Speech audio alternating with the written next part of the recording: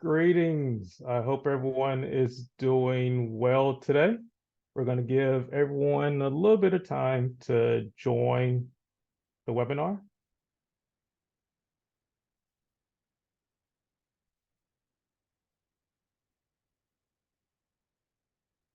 While we are waiting, if you can take the opportunity just to let you know where you're attending the webinar from.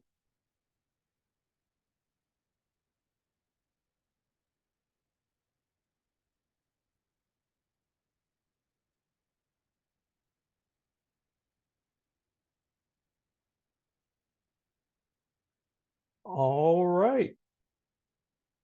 We're 1 minute after, so we're going to get things started because we got a lot of information up here. So I hope everyone is doing well today. Welcome and thank you for joining us for today's webinar, Integrated Rodent Management. My name is Chris Walker, Senior Program Analyst here at the National Environmental Health Association, and I will be your host today. To begin today's webinar, I will highlight a partnership between two organizations, provide a brief overview of each and what they do. Then I will introduce today's speaker, in which we have an amazing presentation planned for you. We'll have a Q&A session following the presentation. And then as we come to an end, we'll provide a few final announcements on some opportunities.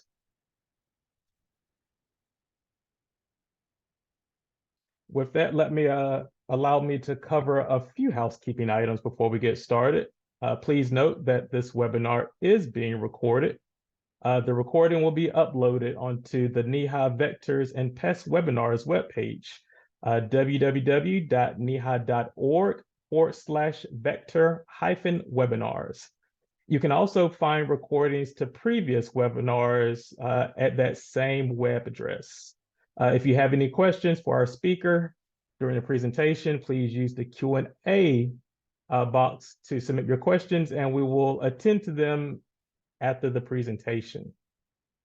For those using this webinar for continuing education, we do have a link that we'll provide for how to submit for continuing education within the NEHA platform.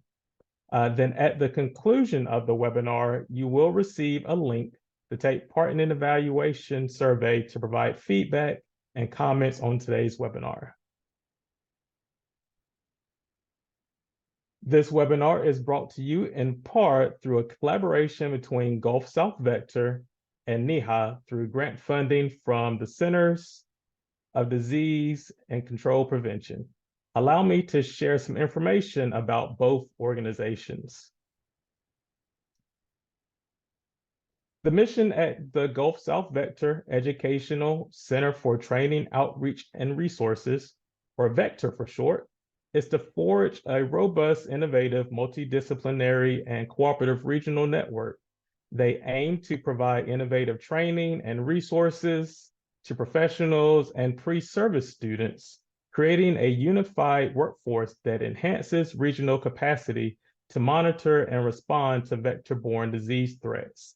If you want to know more about this organization, you can either scan the QR code or visit the webpage at vectoroutreach.org. Now, for those of you who may not be familiar with NEHA, I have a few things I want to share with you. We support the environmental public health workforce. As an association, everything we do is to build, sustain, and empower environmental public health professionals so that they are equipped and prepared to protect the health of communities across the country. We support environmental public health and continuously providing the most up-to-date trainings, tools, and resources to the workforce who specialize in so many of the different fields considered in environmental public health. NEHA is focused on increasing knowledge and skills across all our fields to build upon our workforce capacity, efficiency, and effectiveness. We also offer credentials to certify the expertise of the workforce.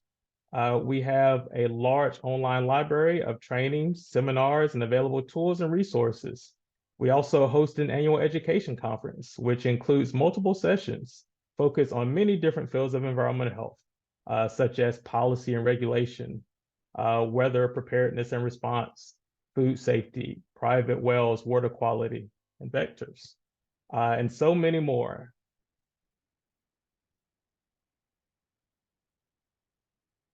No matter where you are in your educational journey, our professional career, NEHA has something for you. Check out our website to learn more at www.neha.org/membership. As I mentioned, each year NEHA hosts our annual education conference, and this year's will be in Pittsburgh, Pennsylvania.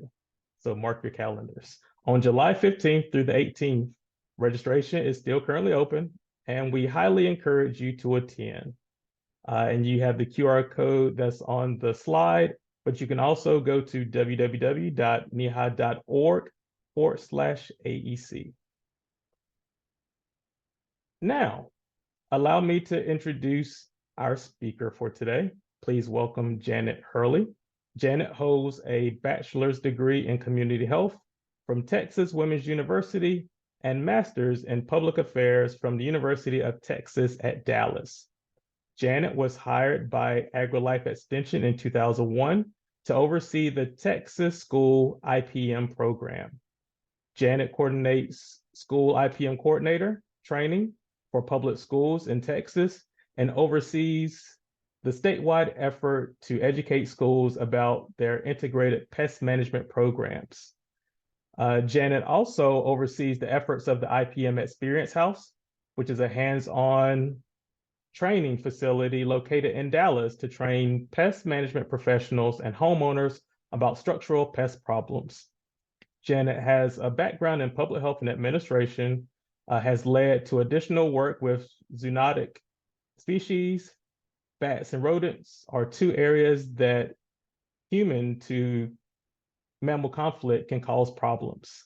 Janet is the co-chair of the 11th International IPM Symposium, slated for March 2025 in San Diego, California. Janet, the floor is all yours. Thank you, Chris. So I'm going to start my screen.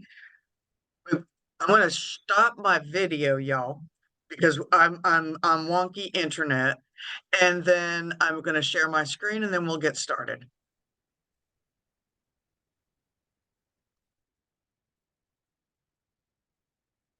Come on, there we go. Thumbs up from Chris if we're up. Yep. All right, that's all I wanted to make sure. Well, good afternoon, everyone, except for you all on the West Coast and the gentleman who is joining us from Africa. But for the majority of the people on this webinar today, it's the afternoon, and you're here to learn about rodent IPM. And yes, I have many titles. I do a lot, and I'll explain a little bit more about this Gulf South vector. But I want to set our platform for today.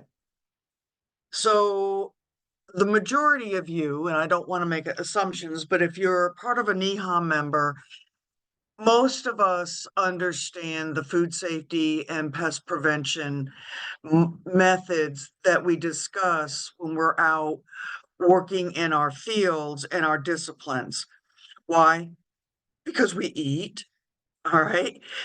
But what CDC has, excuse me, noticed over the years, excuse me all, is that our population, without fail, has foodborne illnesses each year. I mean, when you look at that and say 128,000 are hospitalized, and you're like, oh, yeah, well, that's not that many people. I'm sorry, that's 1,027 and 999 too many. Maybe one person gets sick because of something. How about having an exposure to something and then you die? That also is real. However, so many people only associate a foodborne illness with a bacteria, but the bacteria comes from a food. They don't understand that there are other ways and many other vectors that can actually transmit that disease. And two of the big ones, produce and meat and poultry. So back almost a decade ago, Congress, through the Food Safety Modernization Act, shifted that focus. It shifted FDA's focus, AKA the registered sanitarian, even some of the people who do raw commodity inspections. What are you seeing in these facilities? Because it's not just one thing to see maybe a rodent dropping or maybe seeing some cockroach stuff. There are conducive conditions that lead to that. So again, there's 7 major rules to implement on the FSMA, and I want to bring that in because I can't talk about IPM without making sure that everyone understands that One Health, that One World method and mantra really is part of the IPM, food safety, and everything else. Why do I bring this to your attention? Because today we're talking about rats, and because rats can salmonella, leptospirosis, tularemia, listeriosis, because yeah, that sounds like fun, rat bite fever. Those are just a couple of them. So again, like I said, more than a decade ago, the act was passed in 2011. But even then, y'all, I don't know how many of you went through a microbiology class. And during the microbiology class, when they started to hit the foodborne illnesses, every time you went out to eat, you thought you had one. But I do remember that. Even when I worked in the wastewater industry, I remember us getting extra vaccines for this. Because again, we want to make sure we're safe. But what about the consumer? So this was more motivation to please forgive me, y'all. I know I'm on recording. Push more IPM practices because conducive conditions, conditions that are favorable for pests to come in, can transmit into a disease. So what was the big thing? Prevention.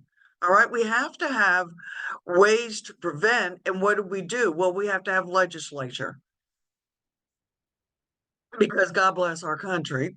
Because what we really understand is if there is a regulation and there is enforcement that goes with that regulation, people tend to behave within the parameters.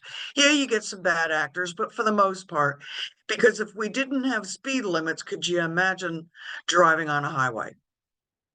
But the act also overhauled those regulations regarding food production. In one of my previous jobs, I was in the wastewater industry. And when I heard the first time that there was an outbreak of a foodborne illness in a peanut butter factory, I had a vision of a company that I used to inspect.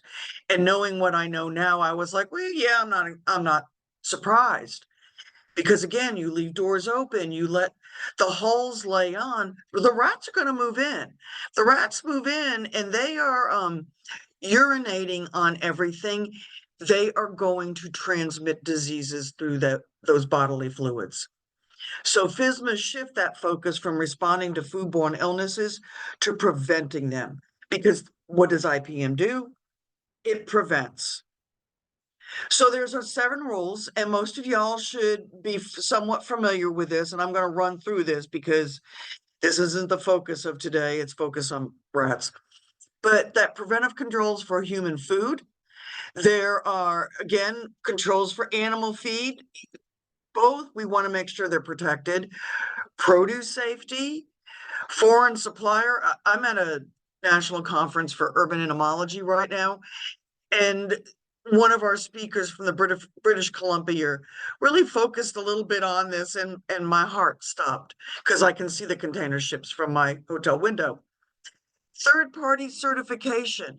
This is part of the thing that gives more credibility. And I'm going to focus just a wee bit on that because we are on a third-party accreditation webinar. And what do I mean by that? NEHA, through a lot of what they do, helps us as professionals to get that professional credentialing and then help us keep it. Because once you get it, you got to keep it and do the activities. And then you're going to want more, because why do you want more? Well, eventually somebody's going to challenge you. And with credentials, you do get, or that third-party certification, you get extra backing. Again, that food defense, we want to make sure nothing is tainted, and sanitary transportation. We could go for days on that one. Again, here is your little ring of steps. And the reason I bring this one in, and when I teach pest control professionals about this, I apologize for the headers on the truck going by. But when we teach them about this, I talk about identifying a hazard. All right, well, identifying a hazard is one in some of your speak. For me, it's an inspection. What is going on? Where are those conducive conditions? Because that leads to number two. All right, why are they getting crickets coming in under the door? Oh, the door needs a door sweep. I mean, it could be simple steps like that. But again, if you're not trained and you don't understand, then all you think is, well, my pest control guy comes in and does this. They too should be telling them about door sweeps, but it helps if two people tell them, maybe three. Implement preventive controls. Well, again, what are conducive conditions? There's a reason we put those air curtains on the back of kitchen doors, and we try to aim the air back out because we don't want a flying insect to fly in. What are we trying to do? We're trying to push bad things out. Monitor effectiveness. I mean, this is that verification. Did you do something? Did it work or did it not work? And if it didn't work, review and adjust, because people are people. They're humans. Humans bring you things, and then the environment brings you some more things. There is no complete control. It is maintaining at adequate thresholds and understanding what is really bad versus, that's not my biggest worry, but this over here, the slimy wall with all that filmy bacteria, that's my bigger priority. So again, some of the FDA top violations, and we all know these: the foreign supplier compliance programs, the hazard analysis, pest control, manufacturing controls, and personnel.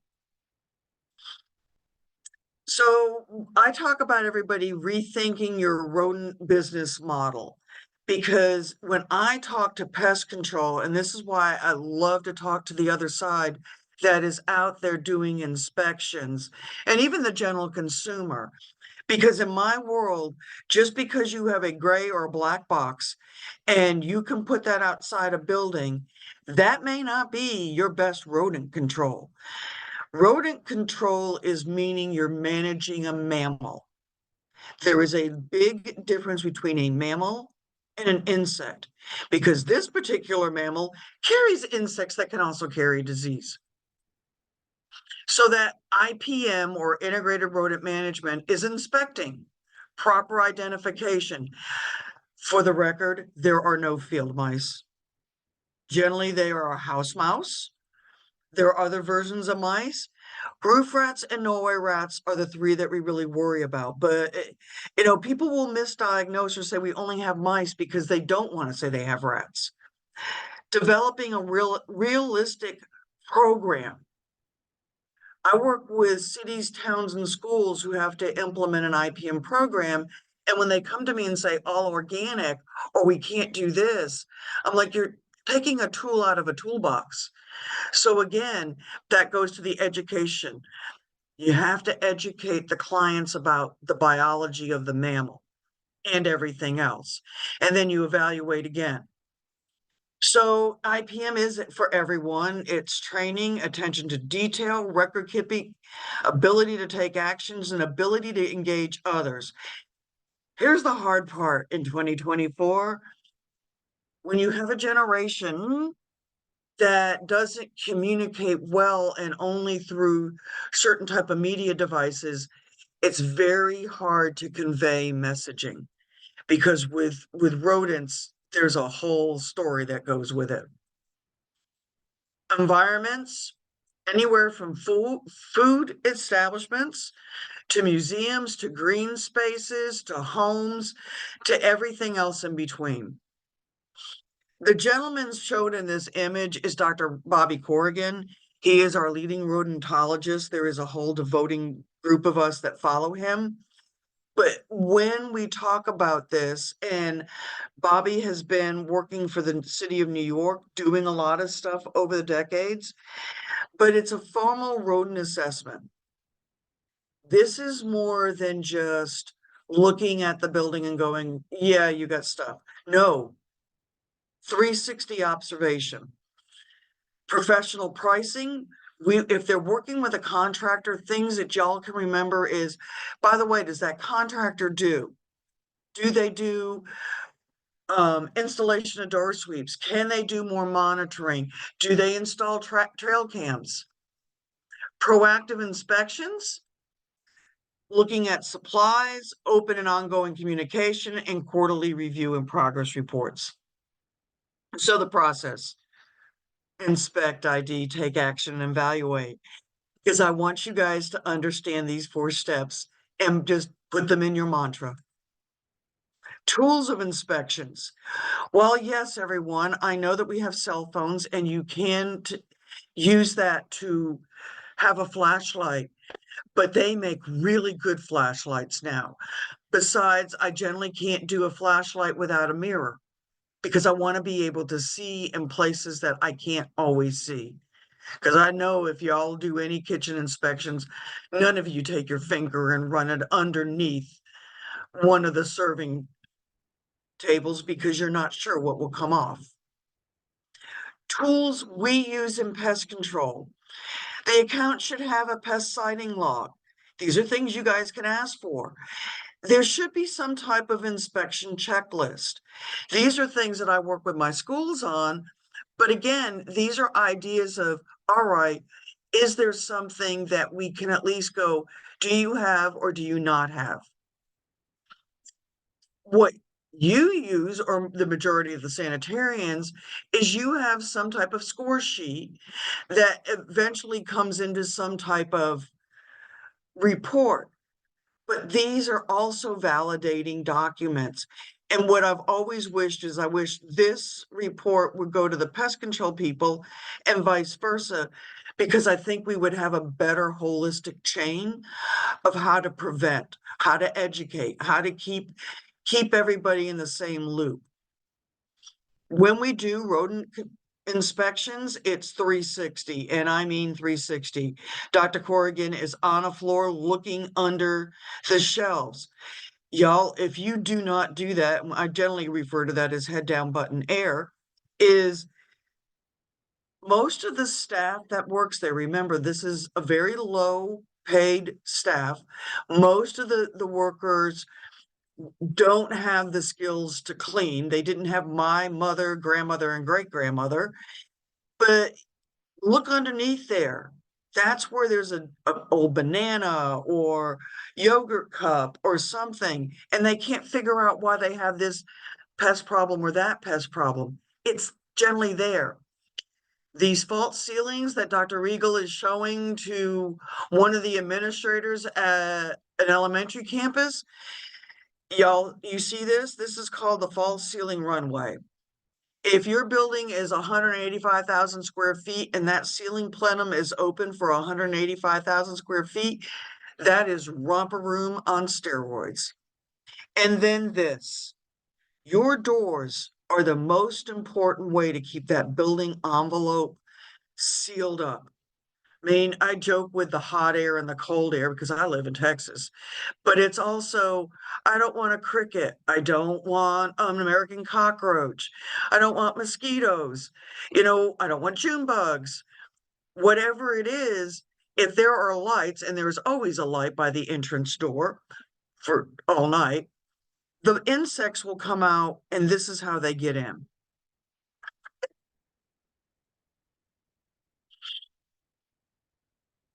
Sorry about that, y'all. That scared the bejesus out of me. Anyways, birds, bats, and rodents and flying insects, because their size. Think about this. You've seen an ant. How big is an ant? Size of a pinhole. Well, if I can get in through any area in a building and then you've got a food on the other side, I'm an ant and I'm in your building. So remember that there are places when you're doing your inspections to pay a little bit more attention to, because you do want to make sure that if you are doing one of those major inspections for a food service place, you want to document their bad stuff. So again, looking for ground level openings, surrounding areas. Who are their neighbors? Is it a creek? Is it a dump? Is it a warehouse district? What's going on? What kind of rubbish? Yes, garbage is garbage is garbage. And it's a food source for almost every insect and definitely for every rat. Trees and shrubs, they can hide, they're harborage, they can help them climb. Frequency of movement into and out of a facility. Yeah, people don't go in, but every 6 months, everything else will move in that doesn't belong there. Here we are with our proper identification. The bottom image is our house mouse. Okay, this is the most successful mammal on all of the planet. Then you go above. Well, the rodent on the bottom closest to the measuring device is a roof rat. Above is our Norway rat. One is skinny, kind of like a quarterback, can bob and weave and get in things, got big ears, big feet, and that tail goes all the way from its bottom to the tip of its nose. If it doesn't, either it's been chopped off or it's not a roof rat. The one above is a Norway rat or the brown rat. And with that rat, it actually has a little bit more blunter nose, fatter body, more like a linebacker or a tackle. Yes, it's got feet and they're good. They all got feet, but I mean their paws aren't as they're thicker than the roofies, and then their tail's thicker. And their tail does not go all the way to the tip of their nose. The reason I bring this out is because of their different body styles, some of their behavior is different. They both can climb, they both can burrow, but this one climbs like an acrobat. Looking at your area and then developing a reasonable action plan. So again, you're over this park. Well, who monitors what? What else is going on? Can you use cameras? They now have rodent monitoring devices with a sensor in them. What about exclusion, trapping, baiting? These are all labor steps. Labor means you have to find someone to be able to do the work. So again, getting that client to buy in. You as regulators can help force that issue.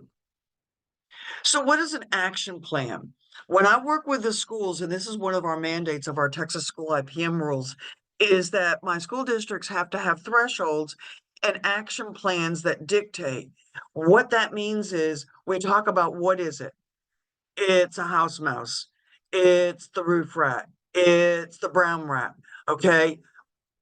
Where are they? Where do they live? They like to live outside. How much food do they need? How much water? Because when you know that, and this is part of what we do in pest control training, is we're trying to make sure that the person who's going out and doing the work, the labor, understands what may be touch points to make it go from one one little family to 100 families. So monitoring is more than devices. And this is why I said, one of the things, you see a building with these around, there is no identifiable standard for how many rodent bait stations there should be on a piece of property, because it's based on the level of how big is the property, what is the level of infestation. Now, under the rodenticide label, there are instructions as to how many bait sachets or bait blocks goes into that tamper-resistant container. And yes, bait should go into tamper-resistant containers no matter what. The item on the right, for some, this is a distressing thing. For others, when you are the sanitarian and you walk in and you see this in the food storage area, we've got issues. But yet I look at that and go, my biggest issue is where's the door sweep? Because it was clear as mud that the three little mice, the cricket and the roach, and even some other little spiders and stuff all came in because there was a door sweep that was open. So when you're walking around and thinking about stuff, and this is probably not what they teach you in sanitarian school, because I know they don't tell us about looking in the shadows or following lines or in those dark corners. We talk about warmth. Our warmth is the food warm? Is the cooler cooler? But also how warm. If you go in where it's dark and it's warm and there's a little bitty funky smell, yup, I'm gonna bet there is a pest problem somewhere. Looking for evidence. Yes, if they find you at the front door, sure. But again, if it's finding you at the front door, there's problems. Going into an account and know it, some of y'all do just regular inspections for other things. If you go into an account, and yes, I realize it could be a big box store, that's not dirt. That is sebum. That is meaning the rats are running up and down, up and down, up and down. This is rats being brats and eating security camera wires. Okay? You've got a hole over here. I joke with everybody. Yes, they do make a Tom and Jerry hole. Exclusion. There's ways to keep them out.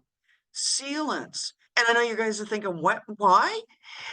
But there are other insect pests that can come in. And why do I concern about this? Because I'm not just going to educate you about rats, but I want you guys to understand there are so many different ways to get exposed to so many foodborne illnesses, and everything you can do to suggest to a client, button it up, seal it up, makes a big difference. Since we can't always do sealants, there are other methods. This is a elastomeric stainless steel product that literally can go in here and seal up a hole. The reason you wear the gloves is because that is some vicious stainless steel. Indoors, you can always do copper mesh. We don't recommend copper mesh outside because it can rust. Again, weather stripping, door sweeps, or hardware cloth. We were talking today early this morning about mites, bird mites. Well, yes, there are birds that can roost in a building. That still could be a problem on the flip side of going in and having an effect inside a structure. Trash and dumpsters, sometimes the creature that comes out of here is a raccoon, but there could be yellow jackets and things like that. But all of this is another place where critters can hide. The dumpster's that close to the back door, and a mouse, its feet, 10 feet. They can be from 10 feet and get food. I can live out here, underneath here. I could live over here. I'm a rat. Well, I need maybe 100 feet. Well, I can live up over here and then come down and get breakfast, lunch, and dinner. Trapping. Just so y'all know, you can live trap. It's proven. If that's your only way to do it, the only thing is you've got to make sure that it's one of the smaller traps, because if you've got big holes, remember they only need 1/4 of an inch to get through, 1/4 to 1/2 an inch. They could get out. Snap traps, these come in all shapes, sizes. And then there's baiting. And the reason I'm bringing this up is because there is a variety of folks on this call. And some of you are facing the fact that you may never see one of those black bait stations out there. Actually, that you could still see them and they can put snap traps in them. All right. But basically, what I want you all to understand is there is a rodenticide. In that product, it is an active ingredient that is consumed by the rodent, plus a bait matrix formulation that the rat is supposed to find yummy and tasty. It's kind of like cockroach bait and ant bait. We're trying to feed the Mikey. But a lot of people sometimes talk about rodent bait. Well, FYI, when we talk about baiting snap traps, I'm not talking about a rodenticide. I'm talking about maybe using a sardine or a Jolly Rancher or something else that they've been feeding on. There are non-toxic. They have actually blocks that come with a luminescence dye so that when the rodents eat it, then they defecate in neon. What I mean is you get the black light, you can see where they go, but then that also helps you take back a trail. And these are the non-toxics. And then one of the things that is being invented now, this was like first generation, no chemical, no nothing. It is rubber, for lack of a better term. And it smells like mango, it smells like fish, it smells like meat, it smells like chocolate. But getting clients to do what they need to do, keeping dumpsters clean, making sure there's lids, making sure there's no trash, whatever. We all know this isn't an easy ask. Record keeping, making sure that they keep up with their pest management records, as well as, keeping up with inspection reports. And again, it would be so nice if the restaurant manager or somebody knew that these were talking to each other. So rodent IPM programs require planning, and there's a lot of things that are required. When I work with any client, any new client, well, what is the basic information about your organization? Who are you? What do you do? What is your mission? What do you keep here? All that kind of stuff. Because again, you're a non-food based industry. The only thing is you have a break room and a receiving dock. Okay, you are a baker. You make cookies and you sell them nationally. Difference of an account and difference how I would monitor and manage. Assessment of the rodent situation. That's that inspection. It's looking at the ground, it's looking at the walls, it's looking at the roof, it's looking around, it's looking at dumpsters. And then if I'm doing an inspection, my phone and my camera are my friends. And then being able to organize the steps to implement a plan.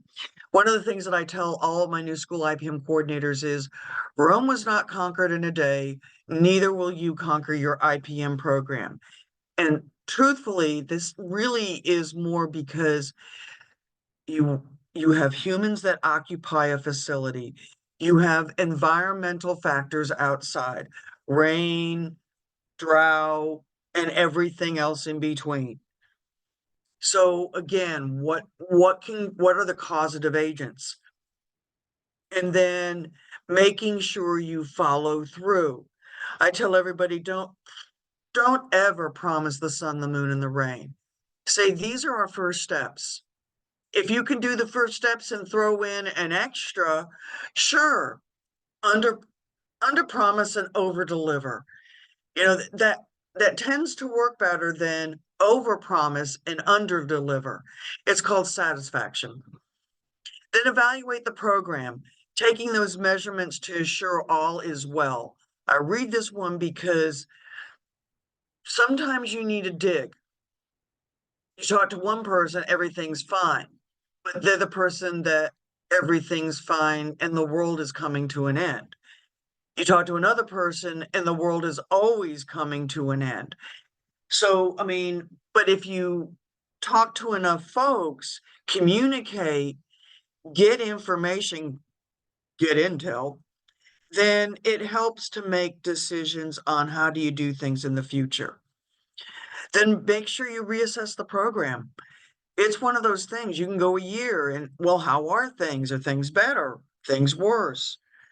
I'm sure if there were worse, most people, but again, why? What could be the deterrent? And if they're really good, they'll take the time to do it. Again, remember, IPM is a process. It does take time, commitment, and a team to be successful. My running joke is there is no I in IPM. It's all about team. So going back to a little bit about what Chris was talking about. Oh, over a Christmas in 2022, there was this request for proposals to come out from the CDC about needing applicants to apply for a better way to educate on vector-borne diseases. Dr. Claudia Regal and I talked about it. I read the proposal and we decided, okay, we'll go for this. Basically, what our proposal is looking at vector type work in the South. And the reason, and trust me, y'all, I get to represent the Texas side and work with my collaborators in one state. Dr. Regal has the benefit of being able to go east, young lady. What we are doing is multi-level training folks from everywhere from assessment. Assessment can be as coming up with modules to train emergency preparedness individuals, training city leaders about policy, making students aware of job opportunities that they can apply to and not have major degrees, finding those that want to get their degrees and be the next generation of trainers in the future. That's training in a nutshell. Partner with more than one group. The biggest thing that we have problems with, and if you work in a governmental agency, you know this and know this well, we love our silos. We love our silos. Oh, this is my program. And when I go to talk to a city or county or somebody and I say, okay, you want to implement an IPM program, why are you not talking to Parks and Rec? Why are you not bringing in, your waste management folks? Why are you not talking to these people over here? And I get a lot of people looking at me, why? And I was like, because there is no I in IPM. It's all about team. And it's all about team with vector. Fleas, flies, ticks, you know, mosquitoes, they all creep me out. Then there is evaluation. Well, one of the things that you're going to be seeing probably before the annual conference is we've created this, what we call a core survey, because the core survey is designed to gauge your needs. What do you need more information on? Or do you need more information that you can just pull from our approved website that you can add your logos to and then do an awareness campaign because you just had an outbreak of 80s and you need to talk about West Nile? I mean, we all know those things. Or is it dengue? Or is it malaria? So the other part of our evaluation is one of the things that we've been tasked with is looking at the vector districts in the South and doing not just a dive, deep dive into what are you doing? What does it take? Everything.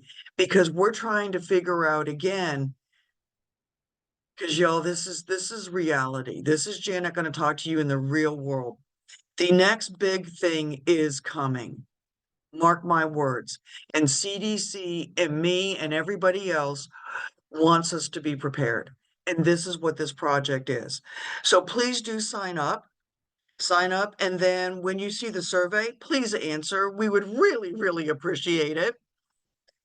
Here is my contact information. Like I said, I'm part of the Gulf South Vector. I've worked for Texas A&M for over 22 years. I started with school IPM, and I tell everybody I kind of fell into this kind of awkwardly because with school IPM, my biggest thing was a school district would call, and most people would think, oh, they're an ant. Oh, they're going to have some cockroaches. But when you start getting calls like, well, we have bats roosting in our elementary campus, or we've got a problem with rats and they're living underneath the elementary cafeteria. That leads you to more things, which has led me more to being part of this International IPM Symposium. This is an event that happens only every 3 years. And the reason we do this is we are trying to bring public health with pest management, with forest, with ag, with biocontrol, with the organics, those people that are struggling with invasive insects, insecticide resistance, all to one place in San Diego in the first week of March of 2025. And if any of you have any passion for learning more about this, please reach out to me. I will be happy to mentor you, help you, do whatever you all need, because that's just who I am. And I thank you and Neha for inviting me. Thank you so very much, Janet, for your presentation. Wonderful job. And we do have some questions. So we have some time available. So let's kind of dig into those first. Can you explain the difference between a sealant and caulking? Is there one? Believe it or not, sealants are what's the word I want to use? It's elastomeric. In other words, it seals like you put it in your bathroom, you can put it in your kitchen. Caulk generally has more oomph to it. So you've got rubber, you've got cement, you've got just drew a blank on the other one. Because I generally have a slide with 4 different types of caulks and then the DAP sealant that you buy. I mean, one generally takes a tube with a little squeezer thing and the other one doesn't. How's that? Yes. Caulk is more brittle than sealant. Got it. And if you have that slide, feel free to share that. And whenever we kind of send the follow-up email, we can certainly include that also. Have another question. What is the best way to address a problem with red squirrels getting into the walls of a home from the outside? The owner has tried traps with bait, but they do not seem to be working. Boy, it's interesting because I'm talking to a lot of folks these days, and apparently the squirrels are now our new enemy. Because here's the truth, y'all. Squirrels are just glorified rats. Because they too, their jaws are to gnaw. They have, actually, it's worse because they've got those front paws that can do a lot of extra ripping.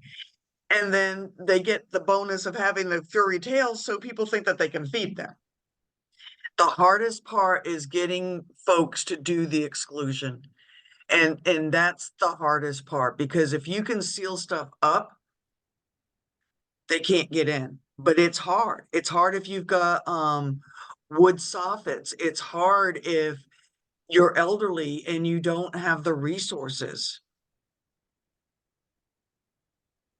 Got it. Thank you for that. Let's see, we have another question. My IPM program for the hospital that I work for we deploy the use of ultrasound pest repellents, which proves to be durable, cost-effective, and sustainable. However, it's hard to control bats using the device. Is there any sustainable suggestion on management of bats in a hospital environment? Exclude, exclude, exclude. And I know that may be a little bit hard where you're at, but there is no repellency for bats. And the hardest part is, and there are some places where bats are more revered, and I know that, but the hardest part is if you can at least deter them. And part of it could be lighting, because they're going to be coming to your building because they're looking for food. And if once they find the food, oh, well, I can live here too. But reach out to me. I'll be glad to help. Very good point. Thank you for that. Um, we have, let's see, what is the difference between a mouse and a rat? Does the prevention treatment for infestation differ? Actually, yeah, because generally with mice, it's very rare that they will enter a facility from high on above. But again, that's not, it can, because they can use a tree, they can use something to get up. And once, if there's an entrance into the facility, so it's more about exclusion. But mice are generally low down to the ground. Rats, they, all points are game on for them. Because they're just looking. If they can't get in one way, they're going to go look some way because they're constantly looking for some place to raise young and to stay away from predators. Got it. Let's take a few more. What is the best steps for a PCO to take when there is gnawing on bait blocks on the outside of a food facility building? What is the best steps for a PCO to take when there is gnawing on bait blocks placed inside of a food facility? So one inside, one outside. We're both being gnawed on. I guess, yes, they're both being gnawed. Means you have friends outside and friends inside. Now, the interesting thing is if outside it's fair game, but inside I'd be looking to make sure that there was no roach wings or anything else. Because I mean, cockroaches will eat the rodenticide, but at the same time, you just got to make sure because generally with rats, um, you'll see the little gnaws. All right, so I am confident we won't get to all these questions, but I think I have at least one more as we conclude. But we'll take the questions that have been asked that haven't been answered. We'll share those with Janet, get some responses, and we'll send those out to the attendees at large. So last question, we are not enforcement, but how can we inform non-compliant apartment managers that there is a state requirement to keep records on reports of pests, bed bugs, or i.e. bed bugs, and actions to correct the vermin issue? Are there any sister agencies that you can work with? And what I mean by that is I work for Extension, but I work with my state health department. I work with my state ag department. I know my local resources. So sometimes it's the community that shows up. Because something says happiness like, hi, I'm here from the enforcement people, but I'm here from compliance assistance. How can I help you? Because believe it or not, most people, especially if they're in cooperative extension, we don't go into cooperative extension for the money. It ain't for the money. It's for the helping. And that's a lot of what we do. And it's just finding the right partners. Maybe it's a nonprofit. It, a lot of times, most people, especially in a day-to-day job, and they're busy and they're overwhelmed, have no idea where the resources are at. The easiest thing y'all can do, and this is one of the biggest things that's driving me a wee bit crazy on our vector grant, is being able to develop a holistic website where you guys can go in, and if you were a physician, you could go here and look at these resources, and it would make sense to you in this context. You're a homeowner, you can go over here and find this. You're a sanitarian, you find this, but then you can find the resources for the homeowner to also hand out.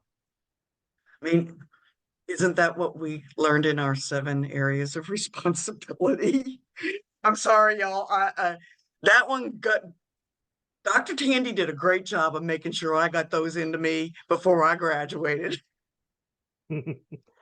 Well, thank you so very much, Janet. We're running out of time, and now there are a few questions. There's one question in particular that if you continue to listen to the rest of this presentation, this is a series. So this is webinar 2 out of a 3-part series. So the question that you've asked, the next webinar may be pretty important to attend. But thank you, Janet. Amazing job. Thank you for taking time to answer questions. And I will kind of co-sign. We encourage you, since there are so many questions, this is an opportunity for us to grow, an opportunity to learn more. What type of training do you feel like is needed? Hands-on, we're in a virtual world at times. What type of resources or training will benefit you if you're not able to get hands-on training? So a number of things to consider. What are the barriers? What type of data is going to be important? Strongly encourage you to take some time to complete the survey that's on the screen. And if you missed the first webinar of this series, I encourage you to look at the recording. It is on that webpage link. It was on integrated mosquito management. So that was a great job where Alex, the presenter, talked about things to consider. And for the person who asked the question in regards to preparedness, in about 2 weeks, it's going to be Wednesday, June 5th. Come back for the final webinar, which will be on mosquito and rodent control preparedness, where the speaker will be Dr. Claudia Regal from the City of New Orleans Mosquito, Termite, and Rodent Control Board. So mark your calendars. We've had a very great turnout for this webinar and the past one. We're looking to continue to grow and provide some feedback on June 5th. So please mark your calendars, register, be ready for that one. So lastly, I invite you to join us as NEHA members. There is no other organization in the world doing what we're doing to support the environmental public health workforce. The more members we have, the stronger our voice is for policy and funding. The more aligned we are in best practices to better equip the workforce. We thank you for taking time out your schedule to join us for this webinar. We hope you enjoy the rest of your day, and we hope to see you again in June for our last webinar in this 3-part series. Thank you all very much, and enjoy the rest of your day.